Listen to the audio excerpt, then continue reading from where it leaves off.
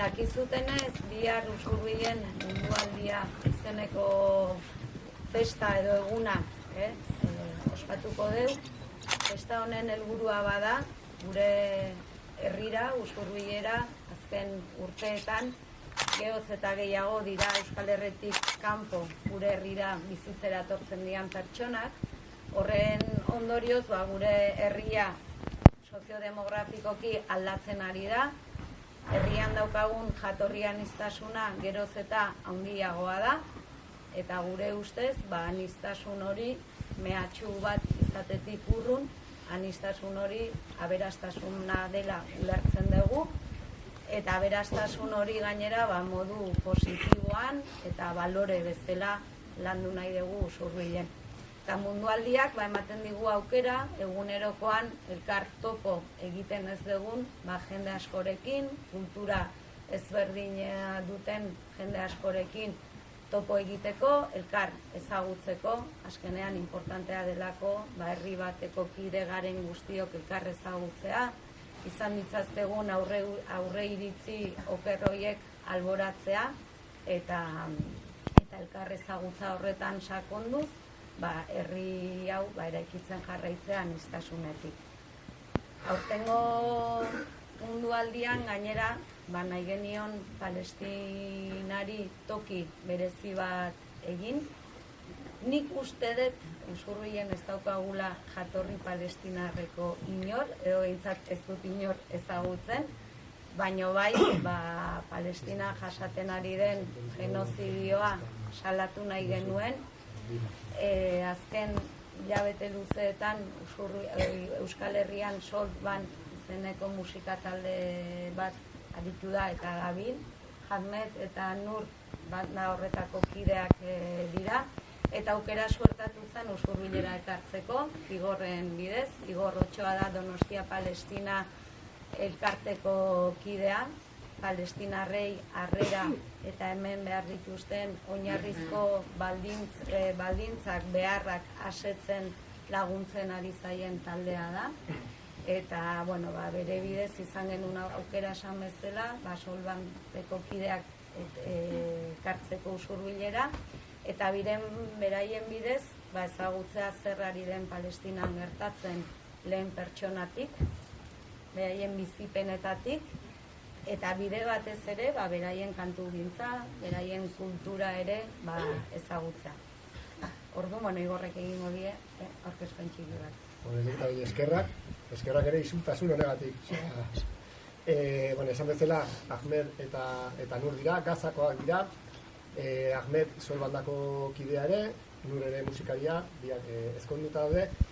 De hecho, Gaza Solbandako beste musikari batzuk iritsi ziren maiatzean, egon ziren genozidiopean Gazan 8 hilabetez, lortu zuten ateratzea eta bukatu dute Euskal Herrian.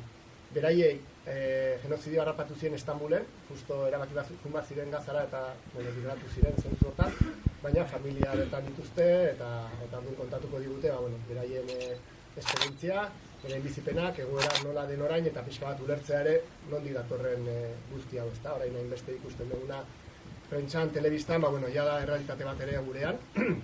Hainbat eta hainbat familia etorri dira ona, bere seme-alabak zaurituak bonbardaketetan eta hartatzeko, eta bestelako familiak eta beraien kasua bezala errefuxiatu bilakatzeko, ezta? Hona datoz, eskatzea babes internazionala behar dutela, beraien herrira ezin direlako itzuli eta itzuliko balira beraien bizitza arriskuan legokelako, ezta?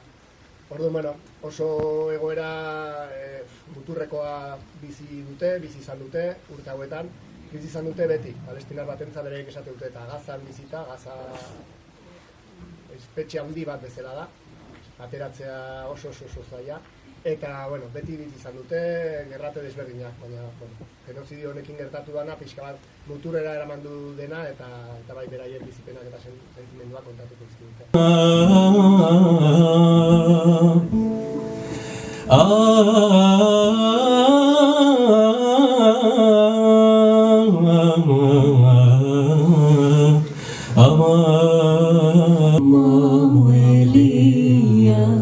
ضرب الخناجر ولا حكم النبي فيا يما مويل الهوى يما وليا ضرب الخناجر ولا حكم النبي فيا ومشيت تحت الشتاء والشتاء رواني والصيف لما أتى ولع من نيراني ومشيت تحت الشتاء والشتاء رواني والصيف لما أتى ولع من نيراني بيضل عمر فدا نذر للحرية بيضل عمر فدا نذر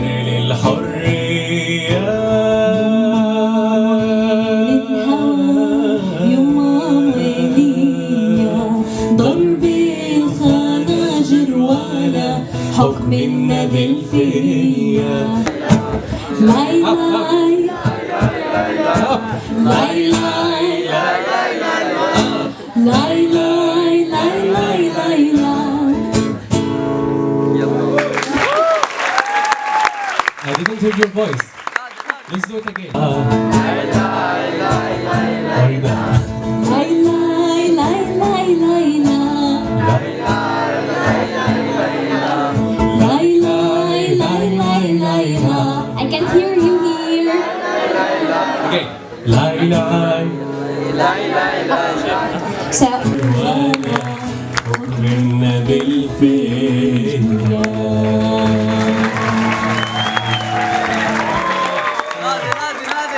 الهنا فيها وش عملت الروزانة الله يجازيها عالروزانة عالروزانة كل الهنا فيها وش عملت الروزانة الله يجازيها يا رايحين عحلب حبي معكم راح يا محملين العنب تحت العنب تفاح يا رايحين حلب حبي معكم راح يا محملين العنب تحت العنب تفاح عالروزانة عالروزانة كل الهنا فيها وش عملت الروزانة الله يجازيها عالروزانة عالروزانة كل الهنا فيها